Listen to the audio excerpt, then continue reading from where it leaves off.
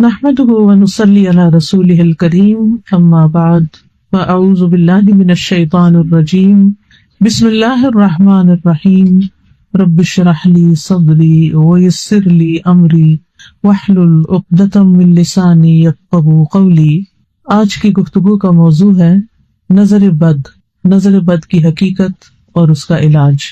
سب سے پہلی بات تو یہ ہے کہ ہمارے دین نے جو ہمیں تعلیم دی ہے اس کی روشنی میں نظر لگ جاتی ہے، نظر کا لگنا برحق ہے۔ نبی صلی اللہ علیہ وسلم نے فرمایا العین حق، نظر لگنا حق ہے، برحق ہے، یعنی ایک ایسی حقیقت ہے جو ثابت شدہ ہے، یعنی نظر کے اثرات ہوتے ہیں اور اس میں کوئی شک کی بات نہیں یا اس کا انکار نہیں کیا جا سکتا۔ اور اس کی حقیقت یہ ہے کہ انسانی نظر کے اندر اللہ تعالیٰ نے ایک ایسی طاقت رکھ دی ہے کہ جو دوسرے پر جا کر اثر انداز ہوتی ہے اور اس سے بعض اوقات بیماری بھی لگ جاتی ہے۔ نظر بد کے بارے میں قرآن مجید سے جو بات ہمیں پتہ چلتی ہے وہ کچھ یوں ہے کہ یوسف علیہ السلام کے والد یعقوب علیہ السلام جو تھے، جب وہ اپنے سارے بیٹوں کو یوسف علیہ السلام کے پاس بھیج رہے تھے تو انہوں نے خاص طور پر انہیں ہدایت کی کہ سب ایک دروازے سے داخل نہ ہونا۔ سورۃ یوسف کی آیت نمبر 67 میں آتا ہے وَقَالَ يَا بَنِيَّ لَا تَدْخُلُوا مِن بَابٍ وَاحِدٍ وَادْخُلُوا مِنْ أَبْوَابٍ مُتَفَرِّقَةٍ وَمَا أُغْنِي عَنْكُم مِّنَ اللَّهِ مِن شَيْءٍ إِنِ الْحُكْمُ إِلَّا لِلَّهِ عَلَيْهِ تَوَكَّلْتُ وَعَلَيْهِ فَلْيَتَوَكَّلِ الْمُتَوَكِّلُونَ۔ یعقوب علیہ السلام نے کہا اے میرے بیٹو، ایک دروازے سے داخل نہ ہونا اور الگ الگ دروازوں سے داخل ہونا، اور میں تم سے اللہ کی طرف سے آنے والی کوئی چیز ہٹا نہیں سکتا، یعنی اگر تمہیں نظر لگ گئی تو میں تمہیں کچھ کام نہیں آ سکتا۔ حکم اللہ کے سوا کسی کا نہیں، اسی پر میں نے بھروسہ کیا اور اسی پر لازم ہے کہ بھروسہ کرنے والے بھروسہ کریں۔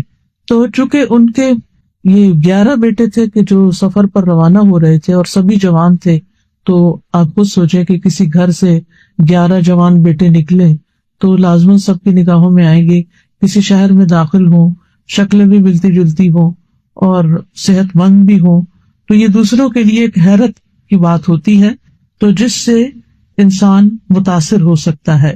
نظر جو ہے اللہ کی تقدیر اور قضاء و قدر کے ساتھ کبھی کبھی قتل بھی کر دیتی ہے، کبھی بیمار کر دیتی ہے، کبھی دہشت زدہ کر دیتی ہے، کبھی کمزور کر دیتی ہے، کبھی کوئی چیز جلا دیتی ہے۔ تو ایسا کیسے ہوتا ہے؟ اصل میں انسان جب کسی کے اندر کوئی خوبی دیکھتا ہے تو اس کے اپنے اندر ایک جلن اور ایک کڑن اور ایک حسد کا جذبہ پیدا ہوتا ہے، تو یہ جو اندر کی جلن کڑن ہوتی ہے وہ نگاہوں سے دوسری طرف ٹرانسفر ہوتی ہے۔ جیسے کسی کے ساتھ محبت ہو تو وہ محبت بھی نگاہوں سے پتہ چلتی ہے، نفرت ہو تو وہ نفرت بھی۔ اسی طرح بچوں کو ڈراتے دھمکاتے ہیں تو بعض اوقات منہ سے کچھ نہیں بولتے، صرف آنکھیں دکھاتے ہیں، تو اس سے وہ بچے سمجھ جاتے ہیں، حالانکہ کیا آنکھ ہی ہے نا، کچھ کر تو نہیں رہی ہوتی، لیکن آنکھ کے اندر سے نکلنے والے جو اثرات ہوتے ہیں وہ دوسرے کے اوپر جا کر اثر کرتے ہیں۔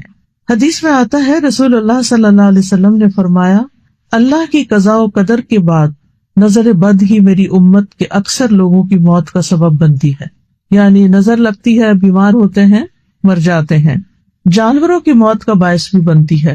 رسول اللہ صلی اللہ علیہ وسلم نے فرمایا نظر بد آدمی کو قبر میں اور اونٹ کو ہانڈی میں پہنچا دیتی، یعنی اونٹ تڑپنے لگتا ہے اور اس کو پھر ذبح کر دیا جاتا ہے۔ پھر اسی طرح یہ ہے کہ بعض اوقات اگر کسی ماں کو نظر لگی ہوئی ہو جب بچے کے ساتھ پریگننٹ ہو تو وہ نظر اس کے بچے تک بھی منتقل ہو سکتی ہے، کیونکہ نظر کا تعلق جو ہے، یعنی نظر کے جو اثرات ہیں وہ جسم کے اندر تک سرایت کر جاتے ہیں۔ ابن القیم کہتے ہیں کہ حسد نظر بد لگانے کا اصل ہے، یعنی سب سے بڑی وجہ جو ہے وہ حسد ہے۔ کبھی انسان اپنے آپ کو نظر لگا دیتا ہے، کبھی بغیر ارادے یا طبعی فطرت کی وجہ سے اس کی نظر لگ جاتی، یعنی پہلی چیز تو حسد ہے، لیکن کبھی کبھی حسد کے بغیر بھی لگتی ہے، کبھی اپنے آپ کو بھی لگتی ہے اور کبھی کسی اور کو بھی لگ جاتی ہے۔ تو چیز کو دیکھنے اور نہ دیکھنے کا فرق ہوتا ہے کہ آپ کس نظر سے کسی چیز کو دیکھ رہے ہیں۔ کبھی انسان محبت کی نظر سے دیکھتا ہے، کبھی انسان حسد کی نظر سے دیکھتا ہے، نظر بد کی دو بڑی قسمیں بتائی جاتی ہیں، ایک ہے انسانی نظر کا لگنا اور ایک ہے جنوں کی نظر کا لگنا. یعنی بعض اوقات انسان کوئی بھی نہیں ہوتا لیکن پھر بھی انسان جو ہے یعنی بیمار محسوس کرتا ہے، کمزور محسوس کرتا ہے، تو اس کی وجہ جنات بتائے جاتے ہیں. اور پھر وہ نظر جو ہوتی ہے وہ انسان کو بیمار کر دیتی ہے، جس کے پھر کچھ سمٹمز ہوتے ہیں. ام سلمہ رضی اللہ عنہا سے مروی ہے کہ نبی صلی اللہ علیہ وسلم نے ان کے گھر میں ایک لڑکی دیکھی جس کے چہرے پر کالے دھبے پڑ چکے تھے، تو آپ نے فرمایا کہ اس پر دم کرو کیونکہ اسے نظر بد لگ گئی ہے. یعنی اس سے انسان کے خون کے اندر ایسے کیمیکل چینجز واقع ہوتے ہیں کہ اسکن ڈیزیزز بھی ہو سکتی ہیں. اور آپ صلی اللہ علیہ وسلم نے یہاں صفعۃ کا لفظ فرمایا جس کا مطلب ہوتا ہے جن کی نظر. یعنی اس بچی کو کسی انسان کی نظر نہیں لگی تھی بلکہ جن کی نظر لگی تھی. اور جنوں کی نظر جو ہوتی ہے وہ انسانوں کی نظر سے زیادہ سخت ہوتی ہے. ابن باز کہتے ہیں کہ نظر کا لگنا برحق ہے، جیسا کہ رسول اللہ صلی اللہ علیہ وسلم نے فرمایا، اور یہ انسانوں سے بھی لگتی ہے اور جنات سے بھی لگتی ہے. ابو سعید کہتے ہیں کہ رسول اللہ صلی اللہ علیہ وسلم جنوں اور انسانوں کی نظر بد سے پناہ مانگا کرتے تھے، یہاں تک کہ معوذتین نازل ہوئی، قل اعوذ برب الفلق قل اعوذ برب الناس. جب یہ نازل ہوئی تو آپ نے یہ پڑھنی شروع کر دی اور باقی چیزیں چھوڑ دی. تو اس کے لیے بہتر یہی ہے کہ انسان ہر نماز کے بعد معوذتین پڑھے، کیونکہ یہ ایک طرح کا دم ہوتا ہے، یعنی معوذتین کا پڑھنا. تاثیر کے اعتبار سے نظر کی کچھ اقسام ہیں. ایک ہے العین المعجبہ، خوشی یا تعجب والی نظر، حیران ہو کے کسی چیز کو دیکھنا، خوش ہو کے کسی چیز کو دیکھنا. تو یہ بھی دوسرے کو بعض اوقات لگ جاتی ہے اگر انسان ساتھ برکت کی دعا نہ دے. اسی لیے جب آپ کسی دلہن کو دیکھیں تو ماشاء اللہ بارک اللہ فی، اللہ برکتیں دے، دعائیں کریں، عید مبارک کیوں کہتے ہیں؟ کیونکہ جب دیکھتے ہیں کہ اچھے کپڑوں میں ہے انسان، اچھا حال حلیہ ہے، تو دوسرے کو فوراً مبارک دی جاتی ہے تاکہ وہ انسان کے شر سے محفوظ رہے. پھر اسی طرح اس نظر کے بارے میں آتا ہے کہ قرآن مجید میں سورۃ الکہف میں اس کا ذکر آتا ہے، وَلَوْلَا إِذْ دَخَلْتَ جَنَّتَكَ قُلْتَ مَا شَاءَ اللَّهُ لَا قُوَّةَ إِلَّا بِاللَّهِ إِن تَرَنِي أَنَا أَقَلَّ مِنْكَ مَالًا وَوَلَدًا. اور جب تو اپنے باغ میں داخل ہوا تو نے کیوں نہ کہا کہ جو اللہ نے چاہا، ماشاء اللہ لا حول ولا قوة الا باللہ. اگر تو مجھے دیکھتا ہے کہ میں مال اور اولاد میں تجھ سے کم ہوں. تو یہ آگے قصہ چلتا ہے. تو اس شخص کے باغ کو بھی نظر لگی تھی جس کی وجہ سے باغ سارا جل گیا تھا. پھر اسی طرح محبت کرنے والے کی نظر لگنا، کیونکہ جو شخص کسی سے محبت کرتا ہے وہ اس کو بہت گہری نظر سے دیکھتا ہے. ابن حجر رحمت اللہ علیہ کہتے ہیں نظر کبھی خوشی اور تعجب کی صورت میں بھی لگ جاتی ہے، اگرچہ وہ حسد کے بغیر ہی ہو، اور اگرچہ وہ کسی محبت کرنے والے کی طرف سے ہو، اور اگرچہ وہ نیک آدمی کی طرف سے ہی ہو، یعنی نیک آدمی کی بھی لگ جاتی ہے. اور اگر کسی آدمی کو کوئی چیز اچھی لگے تو اس کو فوراً اس چیز کے لیے برکت کی دعا کرنی چاہیے جو اس کو اچھی لگی ہے، تو یہ اس کی طرف سے دم ہی ہو جائے گا. یعنی وہ دم بارک اللہ فیک کہنا جو ہے، اللہ کا نام لینا، ماشاء اللہ کہنا، یہ ایک طرح سے آپ دوسرے پہ دم کر رہے ہوتے ہیں، اور اس طرح دوسرا شخص شر سے محفوظ رہتا ہے. پھر ہے حسد کرنے والی نظر. قرآن مجید میں حسد کے بارے میں بھی آتا ہے، اور یہ نظر خبیث نفس سے نکلتی ہے، اور یہ شخص دوسرے کی نعمت کو ختم کرنا چاہتا ہے. وہ ایسی نگاہ سے، جیسے کہتے ہیں نا کھا جانے والی نگاہ سے دیکھتا ہے چیزوں کو، جس سے اس کا مقصد یہ ہوتا ہے کہ اس شخص کو جو نعمت ملی ہے یہ اس سے دور چلی جائے. پھر اسی طرح بیمار کر دینے والی نظر، یہ وہ نظر ہے جو بیماری کی تاثیر کے ساتھ اثر انداز ہوتی ہے، اور اس کے نتیجے میں مختلف طرح کی بیماریاں لگ جاتی ہیں. ابو ذر رضی اللہ عنہ کہتے ہیں کہ رسول اللہ صلی اللہ علیہ وسلم نے فرمایا، بے شک نظر بد آدمی کو اللہ کے حکم سے دیوانہ کر دیتی. یعنی اگر اللہ کا اذن ہو جائے، جیسے اور جسمانی بیماریاں ہوتی ہیں تو وہ بعض جو ہے وہ ایک سے دوسرے سے تیسرے میں ٹرانسفر ہوتی رہتی ہیں اللہ کے اذن سے، تو اسی طرح یہ نظر بھی اور اس قسم کی بھی تکلیف دہ چیزیں جو ہیں وہ دوسرے تک پہنچتی ہیں. جی پھر ہے عضو کو بیکار کر دینے والی، معطل کر دینے والی نظر، العین المعطلہ، یعنی دوسرے کا کوئی حصہ جسم کا کام کرنا چھوڑ دیتا ہے، یعنی جب نظر لگتی ہے، اور بعض اوقات ہمیشہ کے لیے بیکار ہو جاتا ہے. پھر اسی طرح زہریلی یا آگ والی نظر ایک ہوتی ہے جو اتنی شدید ہوتی ہے کہ انسان مرنے پہ نوبت آ جاتی ہے۔ اسمعی کہتے ہیں کہ میں نے ایک آدمی کو دیکھا جس کی نظر بہت زیادہ لگتی تھی کہ اس نے کسی گائے کے متعلق سنا، اس کو اس کے دودھ کی دھار کا نکلنا اچھا لگا۔ اس نے کہا ان میں سے کون سی گائے ہے؟ تو انہوں نے کہا کہ یہ تو فلاں گائے ہے، اصل گائے کا نہیں بتایا تاکہ اس کو نظر نہ لگے۔ تو کہتے ہیں کہ دونوں کو ہی نظر لگ گئی۔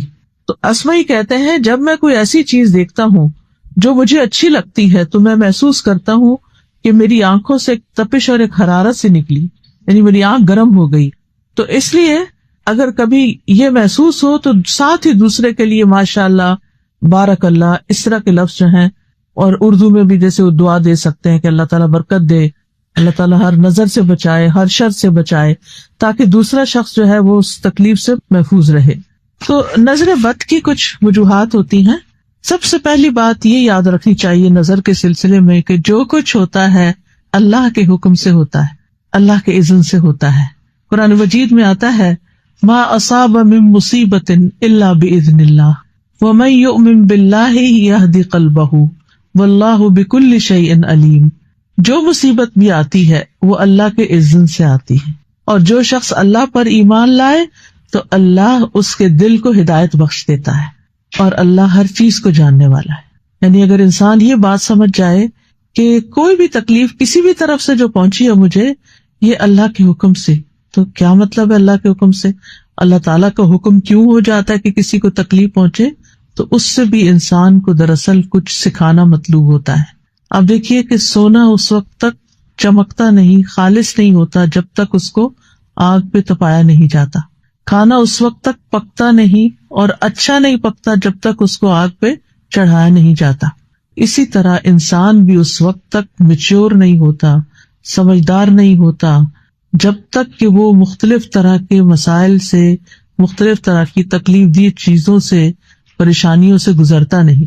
بہت سے حالات اور بہت سے واقعات ایسے ہوتے ہیں کہ جو انسان کو بہت میچور کر دیتے ہیں۔ آپ دیکھیں کہ وہ بچے جو بچپن میں بہت سے مسائل سے گزرتے ہیں، بڑے ہو کر بڑے بڑے مسئلے ان کو کچھ مسئلہ نظر نہیں آتے، لیکن جو بچے بچپن میں پیمپرڈ ہوتے ہیں، پروٹیکٹڈ پلتے ہیں، بہت لاڈ پیار سے پلتے ہیں، بڑے ہو کر انہیں چھوٹی سی چیز بھی بہت زیادہ تکلیف دیتی ہے۔ آپ دیکھیے کہ ہمارے بچے، ہم جن کو ہر وقت کبھی موزے پہناتے ہیں، کبھی ان کا سر ڈھانکتے ہیں، کبھی ان کو ایک چیز میں لپیٹتے ہیں، کبھی دوسری میں، انہیں کو ٹھنڈ زیادہ لگتی۔ لیکن جو غریبوں کے بچے ہوتے ہیں جن کے پاس پورا کپڑا بھی نہیں ہوتا، وہ گلی بازار میں سردی کے موسم میں، گرمی کے موسم میں ننگے پاؤں پھر رہے ہوتے ہیں اور ان کو پرواہ بھی نہیں ہوتی۔ تو یؤمن باللہ یہدی قلبہ کا مطلب کیا ہے؟ عبداللہ بن مسعود اس بارے میں کہتے ہیں کہ یہ وہ شخص ہے کہ اگر اس پر کوئی مصیبت آ پڑے تو وہ اس پر بھی راضی رہتا ہے، بلکہ سمجھتا ہے یہ اللہ ہی کی طرف سے ہے۔ پھر اسی طرح سورۃ التوبہ سے یہ پتہ چلتا ہے کہ ہر بیماری، تکلیف کا آنا تقدیر کا حصہ ہے۔ قل لن یصیبنا الا ما کتب اللہ لنا، کہہ دیجئے ہمیں کوئی نقصان ہرگز نہیں پہنچے گا مگر جو اللہ نے ہمارے لیے لکھ دیا۔ یعنی کسی کی نظر ہمیں نہیں لگ سکتی سوائے اس کے کہ اللہ نے ہمارے لیے لکھ دی کہ وہ لگے۔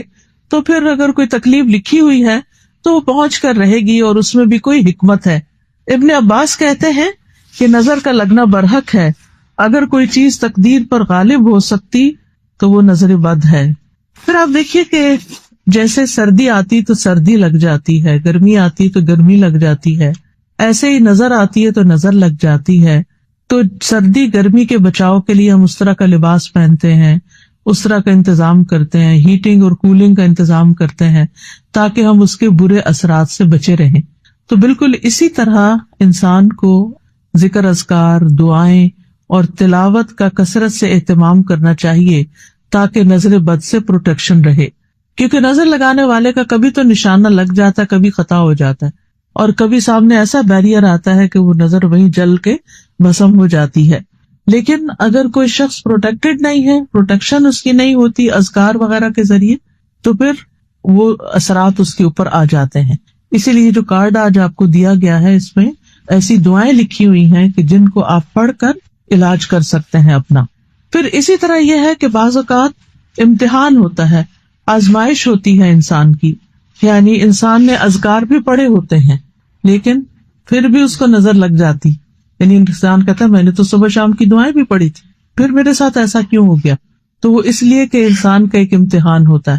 جیسے آپ اپنے سردی کے والے اچھے کپڑے بھی سب ہر چیز پہنے ہوئے ہوتے ہیں, اس کے باوجود آپ کو فلو ہو جاتا ہے یا کولڈ ہو جاتا ہے, کہیں نہ کہیں سے کبھی سانس کے ذریعے ٹھنڈ اندر چلی جاتی ہے, کبھی کسی اور ذریعے سے, تو اس کو راستہ مل ہی جاتا ہے اگر آپ کے حصے میں کوئی ایسا امتحان یا تکلیف لکھی ہوئی ہے. اب یہ ہے کہ پہچان کیسے ہو کہ نظر لگی ہوئی ہے, تو وہ کون سی علامات ہیں جس سے انسان شناخت کر سکتا ہے, ڈائگنوز کر سکتا ہے کہ یہ نظر ہے. کبھی ایسا ہوتا ہے کہ جس کو نظر بد لگتی ہے وہ اپنے خواب میں نظر لگانے والے کو دیکھتا ہے, یعنی وہ شخص خواب میں نظر آ جاتا ہے. کبھی ایسا ہوتا ہے کہ جس پر نظر ہوتی ہے اس کو کوئی غشی, غنودگی, ضرورت سے زیادہ نیند کا آنا یہ شروع ہو جاتا ہے. کبھی وہ بے ہوشی کے عالم میں اس شخص کا نام لے لیتا ہے کہ فلاں نے نظر لگائی. پچھلے دنوں مجھے کسی نے بتایا کہ ان کے کوئی رشتے دار تھے, تو اسی طرح وہ اچانک بیمار ہوئے اور بے ہوش ہو گئے, تو وہ بار بار ایک شخص کا نام لے کے اس کی نظر لگی ہے, اس کی نظر لگی ہے. ان کو یہ بات نہیں پتا تھی, لیکن جس وقت میں نے کلاس میں بتائی تو وہ میرے پاس آئی کہ ایگزیکٹلی یہی چیز ہوئی تھی. تو بعض اوقات ایسا بھی ہوتا ہے کہ خواب میں, بعض اوقات بے ہوشی میں انسان کو پتہ چل جاتا ہے کہ یہ تکلیف کہاں سے آئی ہے. بعض اوقات نظر لگانے والا کوئی ایسی بات کہہ دیتا ہے کہ میں تو آپ کے کپڑے دیکھ کے حیران ہی ہو گئی, اور یعنی کوئی اس قسم کا جملہ کہ جس سے انسان کو پتہ چلتا ہے کہ یہ نظر لگ گئی ہے. بعض اوقات کوئی ایسی بیماری آ جاتی ہے کہ جو اچانک ہوتی ہے.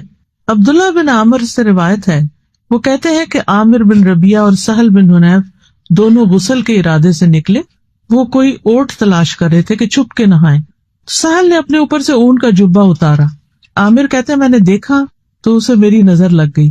وہ پانی میں اتر کر نہانے لگا. میں نے پانی میں اس کے بڑبڑانے کی آواز سنی. میں اس کے پاس آیا, 3 دفعہ آواز دی, اس نے جواب نہیں دیا. تو میں نے فوراً نبی صلی اللہ علیہ وسلم کو بتایا. آپ تشریف لائے, پانی میں داخل ہو گئے. گویا کہ میں اب بھی آپ کی پنڈلیوں کی سفیدی دیکھ رہا ہوں. آپ نے اس کے سینے پہ 3 دفعہ ہاتھ مارا اور پھر یہ دعا دی, اللہم اذہب عنہ حرہا وبردہا ووصبہا, اے اللہ اس کی گرمی اور سردی اور اس کی بیماری اور کمزوری کو دور کر دے, یعنی جو کچھ اس کے ساتھ ہوا ہے وہ اس کو دور کر دے. پھر رسول اللہ صلی اللہ علیہ وسلم کھڑے ہوئے اور فرمایا, جب کسی کو اپنے بھائی کا وجود یا کوئی مال پسند آئے تو اس کے لیے برکت کی دعا کرے, کیونکہ نظر کا لگنا برحق ہے.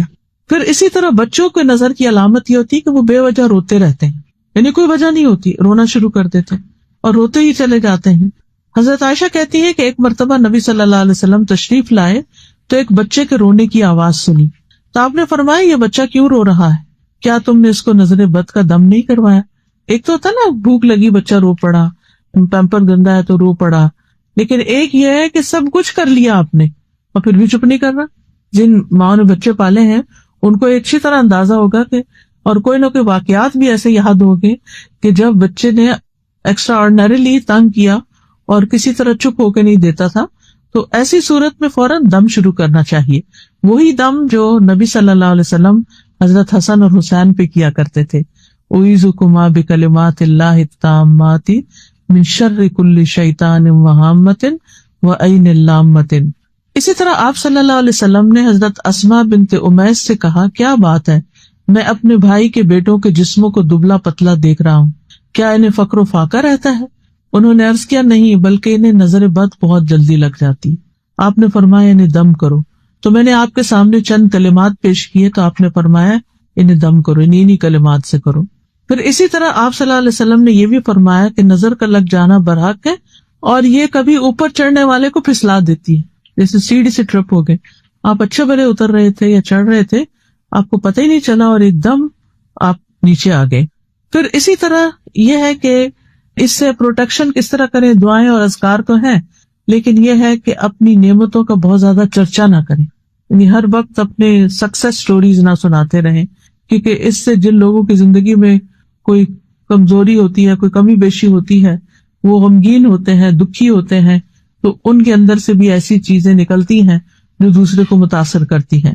رسول اللہ صلی اللہ علیہ وسلم نے فرمایا, ضرورتوں کو پورا کرنے کے لیے ان کو رازداری میں رکھ کر مدد حاصل کرو, بے شک ہر صاحب نعمت حسد کیا جاتا ہے، ہر نعمت والا شخص حسد کیا جاتا ہے۔ پھر اسی طرح یہ ہے کہ حاسد سے محتاط رہنا چاہیے۔ جب آپ کو پتا ہو کہ کوئی ایک شخص جو ہے، کیونکہ جو حسد کرنے والا تو اس کے چہرے پہ بھی آ جاتا ہے، وہ آپ کی نعمت سے خوش نہیں ہوتا، تو پھر انسان بجائے اس کے کہ اس کو بلیم کرے، خود محتاط رہے۔ پھر اسی طرح مال میں کچھ اچھا لگے تو ماشاء اللہ لا قوت الا باللہ کہے، اور اگر اس کے علاوہ کوئی چیز اچھی لگے تو بارک اللہ کہے۔ پھر اسی طرح نظر بد سے بچنا ممکن ہے، اور اس کے لیے صبح و شام کی دعائیں پڑھی جائیں اور قرآن سے علاج کیا جائے، کیونکہ قرآن مجید جو ہے وہ شفا ہے۔ سورۃ فصلت میں آتا ہے قل هو للذین آمنوا ھدی وشفاء، کہہ دیجئے یہ ان لوگوں کے لیے جو ایمان لائے ہدایت اور شفا ہے۔ سورۃ الاسراء میں آتا ہے وَنُنَزِّلُ مِنَ الْقُرْآنِ مَا هُوَ شِفَاءٌ وَرَحْمَةٌ لِّلْمُؤْمِنِينَ وَلَا يَزِيدُ الظَّالِمِينَ إِلَّا خَسَارًا، اور ہم قرآن میں جو کچھ نازل کرتے ہیں وہ مومنوں کے لیے تو شفا اور رحمت ہے، مگر ظالموں کے خسارے میں ہی اضافہ کرتے ہیں۔ تو قرآن سے علاج کس طرح ہوگا؟ سورۃ الفاتحہ پڑھیے، کیونکہ سورۃ الفاتحہ کا نام ہی شفا ہے۔ آیت الکرسی پڑھیے، البقرہ کا پہلا اور آخری رکوع پڑھیے، معوذتین پڑھیے اور دم کر دیجیے۔ یہ آپ خود بھی کر سکتے ہیں، اس کے لیے ضروری نہیں ہوتا کہ آپ کسی کے پاس ہی جائیں، لیکن بعض اوقات اتنی شدید ہوتی ہے کہ کسی عامل کے پاس جانا ہی پڑتا۔ عامل وہ جو قرآن و سنت کے مطابق علاج کرے۔ یہ بالکل ایسے ہی ہے، کچھ بیماریاں ایسی ہوتی ہیں کہ گھر میں آپ ٹوٹکے وغیرہ کر کے، مثلا سر درد ہوئی، آپ نے سر کو تیل لگا لیا، تھوڑا سا پریشر پوائنٹ پہ دبا لیا، تھوڑی واک کر لی، تھوڑا پانی پی لیا، تو کیا ہوتا ہے؟ درد سبسائڈ ہو جاتا ہے۔ لیکن بعض درد سبسائڈ نہیں ہوتے، آپ ٹیبلٹ بھی کھا لیتے ہیں پھر بھی نہیں جاتے۔ عام طور پہ ہم سر درد پہ کہاں ڈاکٹر کے پاس جاتے ہیں کہ جی میرے سر میں درد ہو رہا ہے مجھے دوا دے دیجیے، وہ کہیں گھر میں پیناڈول ہے یا کوئی اور اس طرح کی دوا ہے تو وہ کھا لو، کوئی بھی پین کلر جو ہے، اور ہم خود ہی کھا لیتے۔ لیکن آپ نے دیکھا ہوگا کہ کچھ درد پین کلر کھانے سے بھی نہیں جاتے، پھر لگتی ہے انسان کو فکر کہ اب میں جاؤں کسی ڈاکٹر کے پاس۔ ڈاکٹر آپ کو دیکھتا ہے، اس کو سمجھ نہیں آتی، وہ آپ کو کس کے پاس بھیجتا ہے؟ اسپیشلسٹ کے پاس، ٹھیک ہے نا، اسپیشلسٹ کے پاس بھیجتا ہے۔ بالکل اسی طرح روحانی بیماریوں میں بھی پہلے آپ کو ٹوٹکے کریں یا آپ سورۃ فاتحہ پڑھ کے دم کریں، یہ جو میں نے آپ کو اذکار بتائے ہیں، اگر نہیں تو آپ کسی سے مشورہ کریں، کوئی اور جو آپ سمجھتے ہیں کہ یہ زیادہ اسٹرانگ ہے مجھ سے ایمان میں، یا اس کو زیادہ اچھا قرآن پڑھنا آتا ہے، اس سے کہے کہ وہ آپ کو کرے۔ لیکن اگر اس کے بھی کنٹرول میں نہ ہو تو پھر آپ واقعی جن لوگوں کا سالوں کا تجربہ ہوتا ہے دم کرنے کا یا علاج کرنے کا اور قرآن سنت کے مطابق علاج کرتے ہیں، ان کے پاس جائیں۔ پھر سورۃ البقرہ پڑھنا جو ہے یہ علاج ہے۔ نبی صلی اللہ علیہ وسلم نے فرمایا سورۃ البقرہ پڑھا کرو، کیونکہ اس کا پڑھنا باعث برکت ہے اور اس کا چھوڑنا باعث حسرت ہے، اور جادوگر اس کو حاصل کرنے کی طاقت نہیں رکھتے، یعنی اس سے آگے نہیں جا سکتے۔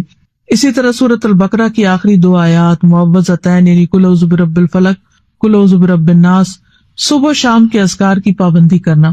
جیسے یہ کتاب ہے نا ایاک نستعین، اس میں صبح کی دعائیں اور شام کی دعائیں لکھی ہوئی ہیں، ان کو اگر زبانی نہیں یاد تو دیکھ کے بھی آپ پڑھ سکتے ہیں۔ پھر اسی طرح یہ ہے کہ اللہ کی پناہ پکڑنا۔ رسول اللہ صلی اللہ علیہ وسلم نے فرمایا اللہ تعالیٰ سے نظر لگنے سے پناہ مانگو، کیونکہ نظر کا لگ جانا برحق ہے۔ نبی صلی اللہ علیہ وسلم نے فرمایا اللہ تعالیٰ فرماتے ہیں میرا محبوب بندہ اگر مجھ سے مانگتا ہے تو میں اسے ضرور دیتا ہوں، اور اگر وہ کسی دشمن یا شیطان سے میری پناہ مانگتا ہے تو میں اسے ضرور محفوظ رکھتا ہوں۔ تو اس لیے اللہ سے دعا کرنی چاہیے، اور ہر شر سے حفاظت کے لیے تعوذ بہت اچھا ہے۔ اللہم انی اعوذ بک من الشر کلہ عاجلہ وآجلہ ما علمت منہ وما لم اعلم۔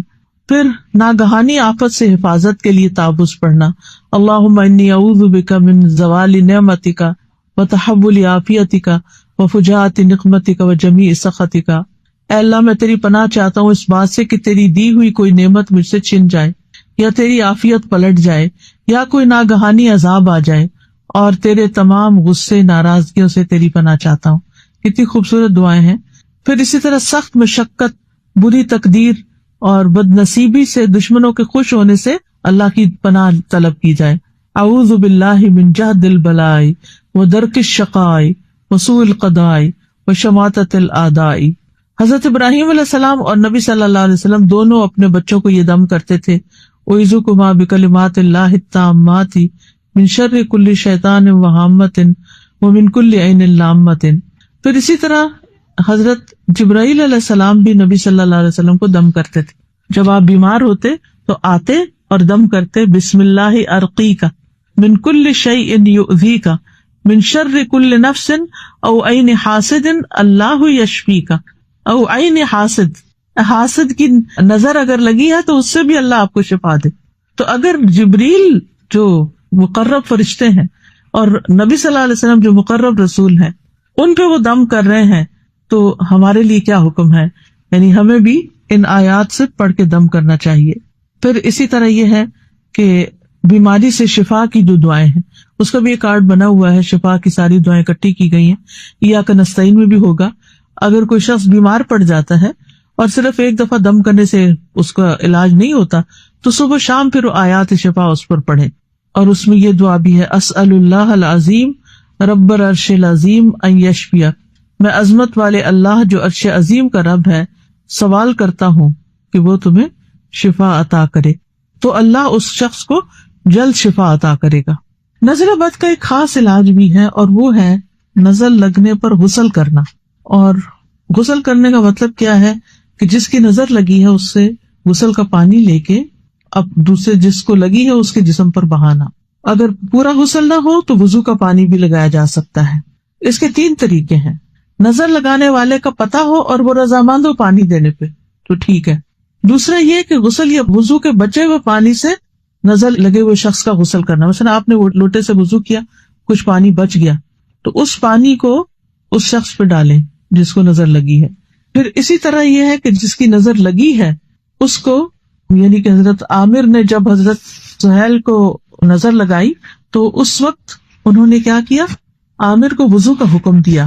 انہوں نے اپنا چہرہ، دونوں ہاتھ کونیوں تک اور دونوں گھٹنے اور تہ بند کا اندرونی حصہ دھویا اور حکم دیا کہ ان پر اس پانی کو بہایا جائے. تو انہوں نے جب وہ بہایا تو وہ بالکل ٹھیک ہو گئے. تو انہوں نے یعنی پیچھے سے بہایا، پیچھے سے پانی کو الٹایا. اس طرح سے شروع کرنا چاہیے. آج اگر کسی سے مانگے تو مائنڈ کر جائے کہ آپ مجھ پہ شک کرتے ہیں کہ میں کوئی حاسد ہوں تمہارا. اگر نظر لگانے والے کا پتہ ہی نہ ہو کون ہے، جیسے کچھ کلچرز میں، تو جیسے موراکو کے بارے میں شاید مجھے کسی نے بتایا تھا کہ وہاں یہ نارم ہے کہ جب شادی ہوتی ہے سب اچھے اچھے کپڑے پہن کے جاتے ہیں تو اپنے اپنے وضو کا پانی ایک ٹب میں ڈال دیتے ہیں اور کوئی مائنڈ نہیں کرتا، سبھی ڈال دیتے ہیں تاکہ اگر کوئی کسی پہ خوش ہو کے دیکھے اور اس کو لگے تو وہ اس پانی کو استعمال کر سکے. ورنہ کس کو ڈھونڈتے پھریں گے کس کی لگی، سبھی کا ہے اس میں، وہی ٹھیک ہے. تو اگر کوئی پتہ ہی نہ چلے تو پھر کیا ہے، یعنی اس صورت میں کوئی بھی شخص وضو کر کے پانی دے دے تو اس سے علاج ہو جاتا ہے. اب چونکہ یہ علاج نبی صلی اللہ علیہ وسلم نے بتایا تو اس لیے، اور اس کا تجربہ بھی کیا ہوا ہے، تو اس سے علاج اور اس سے فائدہ ہونا جو ہے وہ مجرب ہے. پھر اسی طرح جھوٹے پانی میں بھی شفا ہوتی، یعنی جس کی نظر لگی ہے اگر اس کا پیا ہوا پانی مریض کو پلا دیا جائے، یعنی گلاس میں پانی پی کے رکھا ہے اس نے تو وہ اٹھا کر اس مریض کو پلا دیا جائے تو اس سے بھی فائدہ ہوتا ہے. یا قہوہ یا کوئی بھی اس کی بچی ہوئی چیز جو ہے وہ استعمال کی جا سکتی ہے. اسی طرح یہ ہے کہ بعض اوقات جو اس کے کپڑے ہیں، یعنی کپڑا ہے تو اس کو پانی میں ڈال کے اس کا پانی نکال کے بھی لگایا جا سکتا ہے. پھر اسی طرح یہ ہے کہ اگر نظر پرانی بھی ہو چکی ہو تو بھی علاج کیا جا سکتا ہے. پھر اسی طرح بیری کے پتوں سے علاج، بیری کے 7 پتے لے کے، کم از کم 7، زیادہ بھی ہو تو مٹھی بھر کے بھی ڈال سکتے ہیں، پانی میں ڈال کے 7 مرتبہ سورۃ فاتحہ، 21 مرتبہ آیت الکرسی، 7 مرتبہ معوذات، قل هو اللہ، قل اعوذ برب الفلق، قل اعوذ برب الناس، تو یہ پڑھ کے، اور پھر یہ کچھ آیتیں ہیں، ود کثیر من اہل الکتاب لو یردونکم من بعد ایمانکم کفارا، سورۃ البقرہ کی آیت نمبر 109 ہے، سورۃ النساء کی آیت نمبر 54 ہے، سورۃ طٰہٰ کی 133 ہے، سورۃ کہف کی 39 ہے، سورۃ ملک کی 1 to 4 ہے، سورۃ قلم کی 51 ہے، اور سورۃ بنی اسرائیل کی 82، سورۃ شعراء کی 80 اور سورۃ فصلت کی 44. ان سب میں نظر کا ذکر آتا ہے، یعنی نظر سے متعلق آیات میں کوئی نہ کوئی چیز آتی. تو ان آیتوں کو پڑھ کے لاؤڈلی اس پانی کو انسان تھوڑا سا پی بھی لے، بیری کے پتوں کا پانی، اور اپنے اوپر بھی بہا لے. یہ پرانی نظر کو انشاءاللہ ٹھیک کر دے گا. لیکن جن چیزوں سے بچنا ضروری ہے وہ یہ کہ گلے میں کوئی چیز لٹکائی جائے یا بازو پہ باندھی جائے یا غیر شرعی جھاڑ پھنکار کی جائے یا کاہنوں اور نجومیوں وغیرہ کے پاس جایا جائے یا کسی عامل ایسے کے پاس جائے جو عجیب و غریب قسم کی باتیں کرتا ہو. تو بات یہ ہے کہ جب قرآن میں علاج موجود ہے تو پھر کہیں اور جانے کی ضرورت ہی کیا ہے. عروہ بن زبیر رضی اللہ عنہ سے روایت ہے کہ رسول اللہ صلی اللہ علیہ وسلم ام سلمہ رضی اللہ عنہا زوجہ نبی صلی اللہ علیہ وسلم کے گھر گئے. گھر میں بچہ رو رہا تھا تو لوگوں نے آپ سے کہا کہ اس کو نظر لگ گئی ہے. آپ نے فرمایا تم اس کو نظر کا دم کیوں نہیں کرتے؟ تو اس سے کیا بات پتہ چلتی کہ نظر بھی لگتی ہے اور نظر کا علاج بھی ہے. نظر کیا ہے؟ اللہ تعالیٰ نے انسان کی نگاہ میں ایک خصوصی تاثیر رکھی ہے. یہی نظر کبھی دوسروں کے لیے خیر کا باعث بنتی ہے اور کبھی شر کا باعث بنتی ہے. کبھی اسی سے انسان اجر و ثواب کماتا ہے اور کبھی یہی نگاہیں گناہ کما کے لاتی ہیں. ان نگاہوں سے شدید نقصان بھی پہنچتا ہے. لہذا بہت ضروری ہے کہ ہم اس بات کو سمجھیں کہ نظر کیا چیز ہے اور اس کے اثرات کیا ہیں. قرآن کریم میں بھی انسانی نگاہوں کے نقصانات کا ذکر اللہ سبحانہ وتعالیٰ نے سورۃ القلم میں فرمایا وَإِن يَكَادُ الَّذِينَ كَفَرُوا لَيُزْلِقُونَكَ بِأَبْصَارِهِمْ لَمَّا سَمِعُوا الذِّكْرَ وَيَقُولُونَ إِنَّهُ لَمَجْنُونٌ. اور وہ لوگ جنہوں نے کفر کیا قریب ہے کہ تجھے اپنی نظروں سے گھور گھور کر پھسلا ہی دیں، یعنی آپ جو بات کر رہے ہیں وہ نہ کر سکیں جب وہ ذکر کو سنتے ہیں اور کہتے ہیں کہ یقیناً یہ تو دیوانہ ہے. ابن عباس اس کی تفسیر میں کہتے ہیں اس کا مطلب ہے کہ وہ اپنی نگاہوں سے تمہیں نظر بد لگا دیں. ابن کثیر کہتے ہیں کہ اس میں اس بات کی دلیل ہے کہ اللہ عز و جل کے اذن سے، حکم سے نظر کا لگ جانا اور اس کی تاثیر پیدا ہو جانا یہ برحق ہے. نبی صلی اللہ علیہ وسلم کے الفاظ بھی ہیں، آپ نے فرمایا العین حق، نظر لگنا برحق ہے، یعنی ایسا ہوتا ہے. اور ایک اور روایت میں آتا ہے کہ آپ نے فرمایا نظر بد آدمی کو قبر میں اور اونٹ کو ہانڈی میں پہنچا دیتی ہے، یعنی موت تک واقع ہو جاتی ہے اور انسان بیمار بھی ہو سکتا ہے، کبھی خوف اور دہشت کا شکار ہو سکتا ہے، ذہنی امراض کا شکار ہو سکتا ہے. ابو ذر کہتے ہیں کہ رسول اللہ صلی اللہ علیہ وسلم نے فرمایا بے شک نظر بد آدمی کو اللہ کے حکم سے دیوانہ کر دیتی ہے. دیوانگی تک، یعنی جنون یا دیوانگی یا مینٹل ہیلتھ جو ہے وہ بھی متاثر ہو سکتی ہے.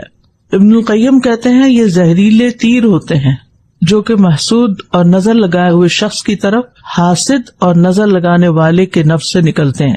کبھی اس کو یہ تیر لگ جاتے ہیں، کبھی خطا ہو جاتے ہیں. اور اس کو سمجھنے کے لیے آج کے دور میں تو کوئی زیادہ مشکل نہیں رہا. آپ نے لیزر تھراپی کے بارے میں سنا ہوگا. اس میں کوئی اوزار استعمال نہیں ہوتے، صرف ریز کے ذریعے مختلف ٹیومرز وغیرہ کو ختم کر دیا جاتا ہے یا بعض اوقات پتھر بھی توڑ دیے جاتے ہیں. یہ بھی کہا جاتا ہے کہ ہر انسان کی آنکھ سے کچھ نظر نہ آنے والی لہریں نکلتی ہیں، جسے ریز ہوتی ہے نا، ایسی نگاہوں سے بھی ریز نکلتی ہیں. اور وہ کہتے ہیں کہ اس میں ایموشنل انرجی بھری ہوئی ہوتی ہے، یعنی ایموشنل انرجی کی بجلی بھری ہوئی ہوتی ہے. اور یہ انسان کے سکن کے جو مسام ہیں ان کے ذریعے جسم میں جذب ہو کر جسم کے اندر تکلیف کا باعث بن سکتی ہیں.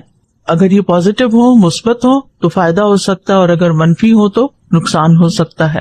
اب یہ جو نظر بد ہوتی ہے وہ اصل میں منفی لہریں ہوتی ہیں، نیگیٹو ہوتی ہیں، جس کی وجہ سے دوسرے انسان کے جسم کا نظام درہم برہم ہوتا ہے اور پھر انسان کے خون کے اندر بھی تبدیلی پیدا ہو جاتی ہے، کوئی کیمیکل ریئیکشن ہوتا ہوگا، واللہ عالم. اب اس کے اسباب کیا ہیں؟ اس میں بعض اوقات حد سے زیادہ اپنی نعمتوں کا اظہار اور اپنی نعمتوں کو بڑھا چڑھا کے پیش کرنا، اور جیسے آج کے دور میں اتنا زیادہ سیلفی کا رجحان ہو گیا ہے، ہر چیز کی تصویریں کھینچ کھینچ کر سوشل میڈیا پہ لگائی جا رہی ہیں، تو وہ دوسروں کے اندر بعض اوقات حسد پیدا کرتی ہے. ابو ہریرہ کہتے ہیں نبی صلی اللہ علیہ وسلم نے فرمایا تم اپنی ضرورتوں کو پورا کرنے کے لیے ان کو رازداری میں رکھ کر مدد حاصل کرو، کیونکہ ہر صاحب نعمت حسد کیا جاتا ہے، لہذا بہت زیادہ ہر وقت اپنی نعمت کا اظہار نہ کرو. اسی طرح خود نمائی جو ہے یہ بھی نظر بد کا سبب بنتی ہے، یعنی دکھاوا کرنا اور لوگوں کے سامنے اپنی نعمتوں کو بہت ظاہر کرنا. حدیث میں ہے کل ذی نعمت محسود، ہر نعمت والے سے حسد کیا جاتا ہے. اچھا، بعض اوقات ایسا نہیں ہوتا کہ وہ منفی لہریں ہوتی ہیں، بعض اوقات یہ ہوتا ہے کہ مثبت بھی ہوتی ہیں، خوشی اور تعجب کی بھی ہوتی ہیں، لیکن وہ بھی بہت دفعہ نقصان کا باعث بنتی ہیں. سورۃ کہف میں اللہ تعالیٰ فرماتے ہیں وَلَوْلَا إِذْ دَخَلْتَ جَنَّتَكَ قُلْتَ مَا شَاءَ اللَّهُ لا قوت الا باللہ ان ترانی انا اقل منک مالا وولدا. اور جب تو اپنے باغ میں داخل ہوا تو نے یہ کیوں نہ کہا کہ جو اللہ نے چاہا کچھ قوت نہیں مگر اللہ کی مدد سے. اگر تو مجھے دیکھتا کہ میں مال اور اولاد میں تجھ سے کم تر. تو بات یہ ہے کہ انسان کو بعض اوقات خود اپنی نظر بھی لگ سکتی ہے، اپنی چیزوں کو دیکھ کر بہت حد سے زیادہ خوش ہو جانا، جیسے اپنے بچوں کو یا اپنے کھیت کو یا اپنے گھر کو، گاڑی کو، کچھ بھی ہو سکتا ہے. تو اسی لیے نبی صلی اللہ علیہ وسلم نے ایسے موقع پر برکت کی دعا دینے کا حکم دیا ہے. جیسے شادی کے موقع پر عام طور پر دلہا دلہن بھی خوش ہوتے ہیں، فیملی بھی خوش ہو رہی ہوتی ہے، سب لوگ دیکھ رہے ہوتے ہیں، سبھی خوشی کا اظہار کر رہے ہوتے ہیں، تو آپ نے برکت کی دعا دینے کا حکم دیا ہے. ابو ہریرہ کہتے ہیں کہ رسول اللہ صلی اللہ علیہ وسلم جب کسی کو اس کی شادی کی مبارکباد دیتے تو فرماتے بارک اللہ لک و بارک علیک و جمع بینکما فی خیر. اللہ تمہیں برکت دے، تم پر اپنی برکت فرمائے اور تم دونوں کو خیر کے ساتھ اکٹھا رکھے. جس طرح حسد کرنے والوں کی نظر لگتی ہے ایسے ہی محبت کرنے والوں کی بھی نظر لگ جاتی ہے. لہذا انسان کو اگر کسی کی کوئی بھی چیز اچھی لگ رہی ہو تو فوراً اس کے لیے برکت کی دعا کرنی چاہیے. اور یہ برکت کی دعا ہی دراصل دم ہو جاتا ہے، یعنی ایک طرح کا دم ہی ہوتا ہے. اچھا، اس کی علامات کیا ہوتی ہیں؟ بعض اوقات غیر معمولی علامات ہوتی ہیں، جیسے کوئی اچانک بے ہوش ہو جاتا ہے یا گر جاتا ہے یا کچھ ٹوٹ جاتا ہے، جیسے کہ سہل بن حنیف رضی اللہ عنہ کے واقعے سے بات پتہ چلتی ہے. اسی طرح بعض اوقات انسان بیمار ہو جاتا ہے لیکن اس کی بیماری ڈائگنوز بھی نہیں ہوتی. آپ صلی اللہ علیہ وسلم نے اسما بنت امیس رضی اللہ عنہا سے فرمایا کیا ہوا کہ میں اپنے بھائی جعفر بن ابی طالب کے بچوں کے جسم لاغر دیکھ رہا ہوں، یعنی کمزور ہیں بچے، کیا انہیں بھوکا رہنا پڑتا ہے؟ انہوں نے کہا نہیں، انہیں نظر بد جلدی لگ جاتی ہے. تو آپ نے فرمایا پھر انہیں دم کرو. اسما بنت امیس کہتی ہیں کہ میں نے دم کے الفاظ آپ کے سامنے پیش کیے تو آپ نے فرمایا ان الفاظ سے دم کرو، لیکن اب وہ الفاظ کیا تھے ہمیں نہیں معلوم. اچھا، بعض اوقات چہرے کی رنگت تبدیل ہو جاتی ہے، زرد پڑ جاتا ہے یا داغ دھبے نکل آتے ہیں اس پر. اسی طرح یہ کہ بچے بعض اوقات ضرورت سے زائد روتے ہیں اور چپ ہی نہیں کرتے، ان کو خاموش بھی کرائیں کچھ سمجھ نہیں آتی کہ ان کو کیا ہوا ہے. حضرت عائشہ کہتی ہیں کہ ایک مرتبہ نبی صلی اللہ علیہ وسلم گھر تشریف لائے تو ایک بچے کے رونے کی آواز سنی. آپ نے فرمایا یہ بچہ کیوں رو رہا ہے؟ تم اس کی نظر کیوں نہیں اتارتے؟ یعنی اگر یہ رو رہا ہے اور بلا وجہ رو رہا ہے، کھایا پیا بھی ہے، نیند بھی پوری ہے، سب ٹھیک ہے.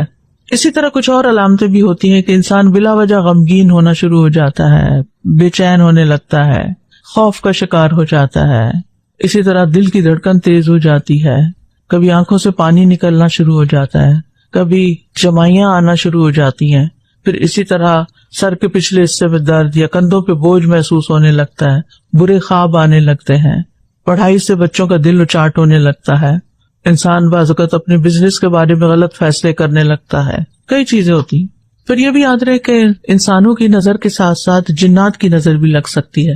انسان تو ایک دوسرے کو دیکھ سکتے ہیں لیکن جنات تو نظر بھی نہیں آتے کہ کہاں کہاں ہیں. اسی لیے نبی صلی اللہ علیہ وسلم نے واش روم میں انٹر ہوتے وقت بسم اللہ پڑھنے کے لیے کہا، کیونکہ ایسی جگہوں پر جنات ہوتے ہیں تو یہ بسم اللہ جو ہے وہ ان کے لیے ایک پردے کا کام دیتی ہے، یعنی پھر وہ دیکھ نہیں پاتے. اسی طرح بعض اوقات جانوروں کی نظر بھی لگ جاتی ہے. جی ہاں، جانوروں کی، جیسے آپ کھا رہے ہیں اور بلی کو نہیں دے رہے کھانا، وہ آپ کو دیکھے جا رہی ہے تو وہ جیلس ہو رہی ہے، برا فیل کر رہی ہے. تو اسی طرح طوطا وغیرہ بیسیکلی پیٹس جو ہوتے ہیں. یعنی ابن عباس کہتے ہیں کہ نبی صلی اللہ علیہ وسلم درج ذیل کلمات سے حضرت حسن اور حسین کو دم کیا کرتے تھے. اعوذکما بکلمات اللہ التامۃ من کل شیطان وہامۃ ومن کل عین لامۃ. کیا مطلب ہے اس کا؟ میں اللہ کے کلمات تامہ، تمام کلمات کے ذریعے سے ہر شیطان، زہریلے جانور اور ہر ضرر رساں نظر کے شر سے پناہ مانگتا ہوں. ٹھیک، وہ ویسے بھی کاٹ سکتے ہیں، یعنی جہاں من کل عین لامۃ یہ عام لفظ ہے جو انسان، جنات، جانوروں سب کے لیے آیا. اسی طرح نبی صلی اللہ علیہ وسلم نے فرمایا سانپوں کو قتل کر دو، خصوصاً 2 سفید لکیروں والے اور دم بریدہ کو، نہیں جن کی دم کٹی ہوئی ہو، کیونکہ یہ حمل کو گرا دیتے ہیں اور بصارت زائل کر دیتے ہیں. پھر اسی طرح کتے کی نظر کے بارے میں بھی آتا ہے. ابن عباس کہتے ہیں کتے جنات میں سے ہیں، بس جب یہ تمہیں کھانے کے وقت پالے تو ان کے سامنے کوئی کھانے کی چیز ڈال دیا کرو، یعنی خود کھاؤ تو ان کو بھی کچھ نہ کچھ دے دو، کیونکہ ان کی نظر بد لگ جاتی ہے. تو بہرحال اس میں ہم کچھ دعائیں سنتے ہیں، اس سے اس نظر کی گرمی اور سردی اور بیماری اور لاغری دور کرتے۔ اہل کتاب میں سے بہت سے لوگ اپنے دلوں کے حسد کی وجہ سے یہ چاہتے ہیں کہ کاش تمہارے ایمان لانے کے بعد وہ تمہیں کافر بنا دیں تھے، یا یہ لوگوں سے اس پر حسد کرتے ہیں جو اللہ نے انہیں اپنے فضل سے عطا کیا ہے۔ کوئی شک نہیں، ہم نے آل ابراہیم کو کتاب اور حکمت عطا کی اور ہم نے انہیں بہت بڑی بادشاہت عطا کی۔ اور جب تم اپنے باغ میں داخل ہوئے تو تم نے یہ کیوں نہیں کہا ماشاء اللہ لا قوت الا باللہ، جو اللہ نے چاہا وہی ہوگا، کوئی قوت نہیں مگر اللہ کی توفیق سے، اگرچہ تم مجھے دیکھتے ہو کہ میں تم سے مال اور اولاد میں کمتر ہوں، اور بے شک قریب ہے کہ وہ لوگ جنہوں نے کفر کیا ضرور آپ کو اپنی نگاہوں سے پھسلا دیں جب یہ قرآن کو سنتے ہیں اور کہتے ہیں یقیناً یہ تو مجنون ہے۔ اے میرے رب، میرے لیے میرا سینہ کھول دے اور میرے لیے میرا کام آسان کر دے اور میری زبان کی گرہ کھول دے۔ کیا ہم نے آپ کے لیے آپ کا سینہ کھول نہیں دیا اور ہم نے آپ پر سے آپ کا بوجھ اتار دیا، وہ جس نے آپ کی کمر توڑ دی تھی، اور ہم نے آپ کے لیے آپ کا ذکر بلند کر دیا۔ بس بے شک ہر تنگی کے ساتھ ایک آسانی ہے، یقیناً ہر تنگی کے ساتھ ایک اور آسانی ہے۔ بس جب آپ کو فراغت ملے تو عبادت میں محنت کیجیے اور اپنے رب کی طرف بس رغبت کیجیے۔ میں پناہ مانگتا ہوں اللہ کے تمام کلمات کے ساتھ ہر اس شر سے جو اس نے پیدا کیا۔ میں ہر شیطان اور موذی جاندار اور ہر واقع ہونے والی نظر بد سے اللہ کے کامل اور پر اثر کلمات کے ذریعے پناہ لیتا ہوں۔ میں اللہ کے نام کے ساتھ آپ کو دم کرتا ہوں ہر اس چیز سے جو آپ کو اذیت دے اور ہر نفس اور حاسد کی نظر کے شر سے۔ اللہ آپ کو شفا دے، میں اللہ کے نام سے آپ کو دم کرتا ہوں۔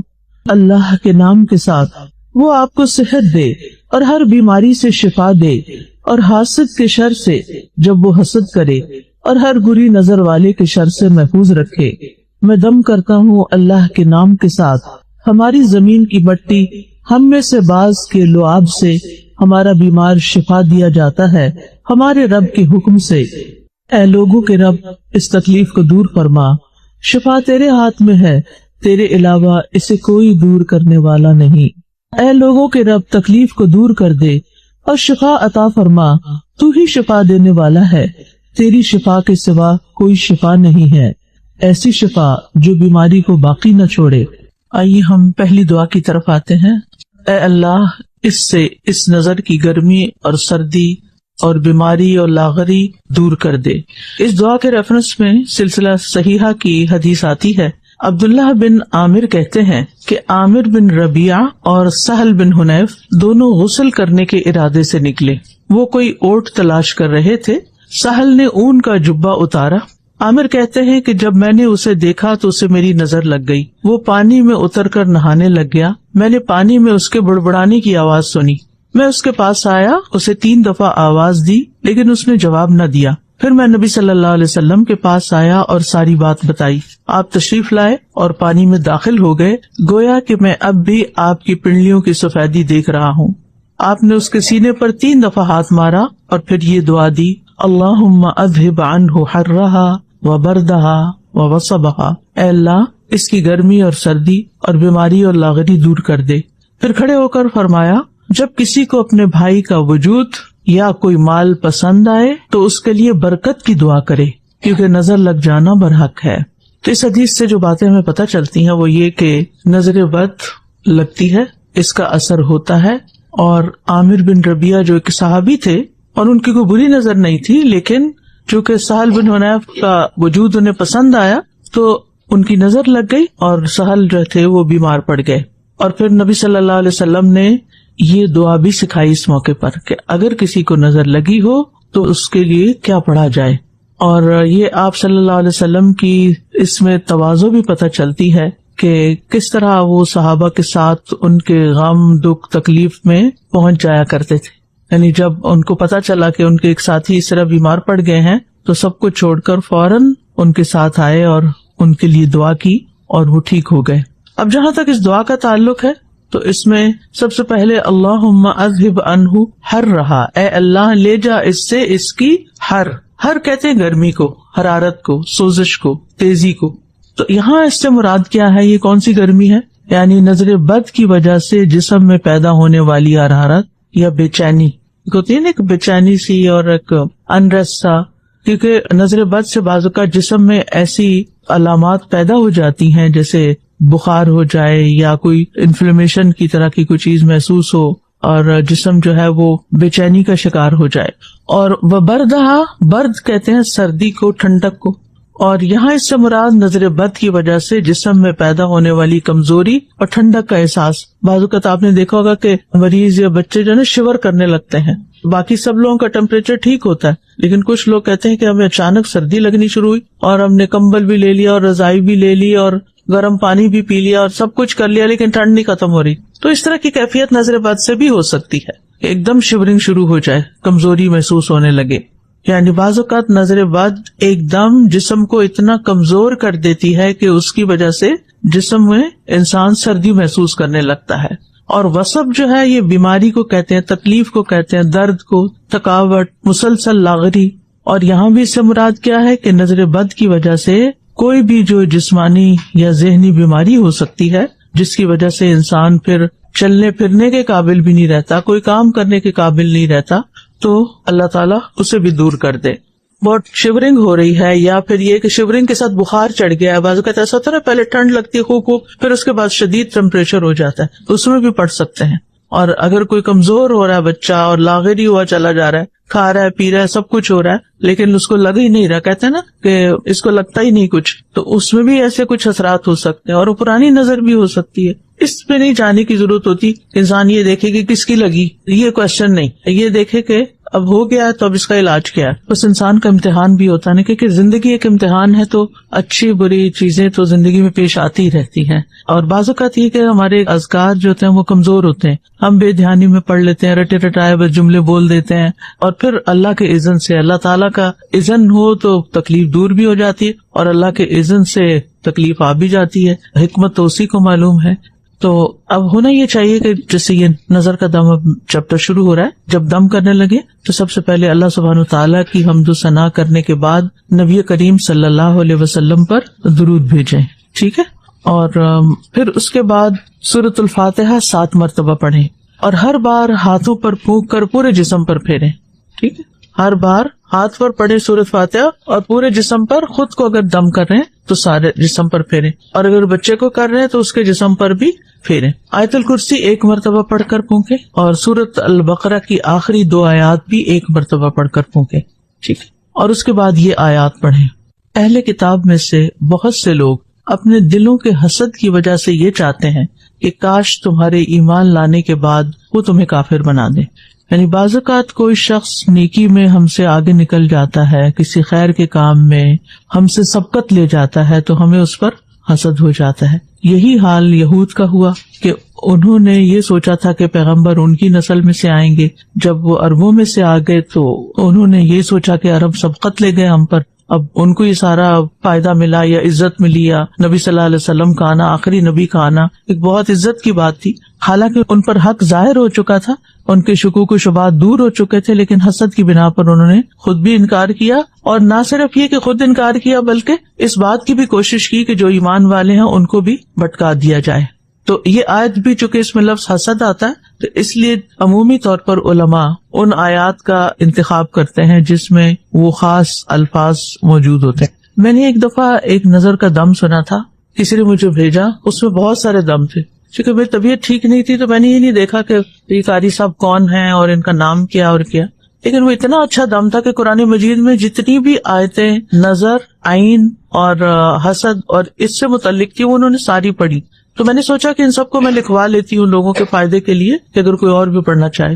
اس کے بعد میں نے اتنا وہ ڈھونڈا، لیکن ٹیسٹ کرتی رہی، کئی دفعہ میں نے مختلف قاریوں کو چیک کیا، لیکن ابھی تک نہیں ملا. انشاءاللہ اگر ملا تو میں اس کو ضرور اویلیبل کروں گی، کیونکہ وہ مجھے بہت یونیک آئیڈیا لگا تھا، اور جو میں سن رہی تھی تو وہ آیتیں میرے اوپر اثر کر رہی تھی. تو قرآن تو سارا ہی شفا ہے، لیکن قرآن میں سے اگر وہ حصے منتخب کر لیے جائیں جو کسی خاص مناسبت سے ہوں، کسی خاص کانٹیکسٹ میں ہوں، تو وہ بھی فائدہ دیتے ہیں.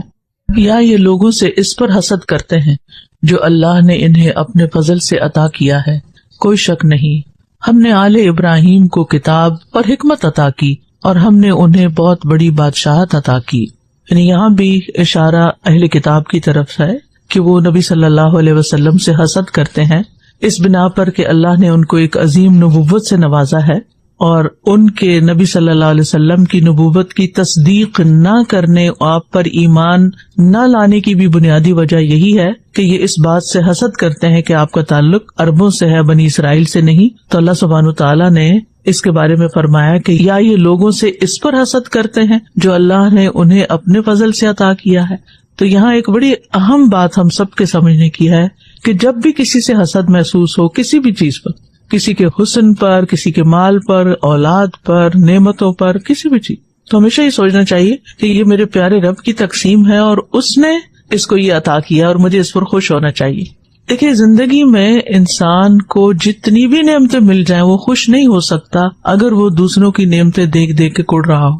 یہ اللہ تعالیٰ کیا فرما رہے کہ اب اگر نبوت ان کو ملی ہے تو تمہیں تکلیف ہو رہی ہے. فقد آتینا آل ابراہیم الکتاب والحکمت وآتیناہم ملکا عظیما. تمہیں بھی تو اتنا کچھ ملا، کتاب ملی، حکمت ملی اور بہت بڑی بادشاہت حضرت سلیمان، حضرت داؤد علیہ السلام کی شکل میں ملی، پھر یوسف علیہ السلام کو بادشاہت ملی. یعنی بنی اسرائیل پر بھی تو اللہ تعالیٰ کے بے شمار انعامات تھے. تو یہ تو اس گروہ کا ایک رویہ تھا نا. لیکن اس سے ہمیں سبق کیا ملتا ہے کہ حاسد جو ہوتا ہے وہ عام طور پر جو اس کے اپنے پاس ہوتا ہے وہ اس کو بھول جاتا ہے، اس پر خوش نہیں ہوتا، اور جو دوسرے کو ملتا ہے اس سے کمپیریزن کرنے لگتا ہے اور اس کو دیکھ دیکھ کے تکلیف میں آ جاتا ہے کہ اس کو کیوں مل گئے. یہ عجیب شیطانی وار ہوتا ہے انسان پر، کیونکہ شیطان نے سب سے پہلے خود حسد کیا تھا آدم علیہ السلام سے، اور یہی چیز پھر وہ دنیا میں لوگوں کو ورغلانے کے لیے استعمال کرتا ہے کہ ان کے دل میں ایسے خیالات، ایسے وسوسے ڈالتا ہے کہ جس کی بنا پر وہ دوسروں کی نعمتوں پر حسد کرتے ہیں. اگر ہم زندگی میں خوش رہنا چاہتے ہیں نا تو دو چیزیں بڑی لازم ہیں. ایک کہ اپنی نعمتوں پر شکر ادا کیا جائے اور ان کا ذکر کیا جائے. فَأَمَّا بِنِعْمَةِ رَبِّكَ فَحَدِّثْ. اچھا یہ فحدث یہ نہیں کہ آپ کسی لیکچر میں شروع ہو جائیں کہ میرے پاس یہ بھی ہے اور یہ بھی ہے، یہ نہیں کہا جا رہا ہے. یہ کسی محفل میں بیٹھ کے اپنی نعمتوں کا تذکرہ شروع کر دیں. حدث، اللہ سے مناجات کیا کریں، یعنی وہ اسے بولا کریں اللہ آپ نے تو مجھے یہ بھی عطا کیا، آپ کی یہ بھی بلیسنگ ہے اور یہ بھی نعمت ہے اور میرے پاس یہ بھی ہے اور یہ بھی، جس سے سیلف ٹاک ہوتی ہے اور آپ بیٹھ کے تو ذکر کر رہے ہوتے ہیں. یعنی اللہ سبحانہ تعالیٰ سے ہماری عام طور پر تعلق کی کیا علامت ہے؟ آپ کیا سمجھتے ہیں آپ کا کیا تعلق ہے اللہ سے؟ ہم کہنے کو تو کہتے ہیں کہ ہمیں اللہ سے بڑی محبت ہے، لیکن ہمیں ایک لپ سروس ہی لگتی ہے. کیا وہ شدید فیلنگ ہے جو ہم کسی بھی اپنی جس چیز سے ہم محبت کرتے ہیں اس سے کمپیریزن کر کے دیکھیں کہ ویسی ہے کم از کم؟ یعنی زندگی میں ہر انسان کو کسی نہ کسی چیز سے محبت ہوتی ہے، اپنی اولاد سے ہوتی ہے، اپنے بہن بھائیوں سے ہوتی ہے، والدین سے ہوتی ہے، اور کچھ لوگوں کو کسی چیز سے زیادہ ہوتی ہے، کسی سے کم ہوتی ہے.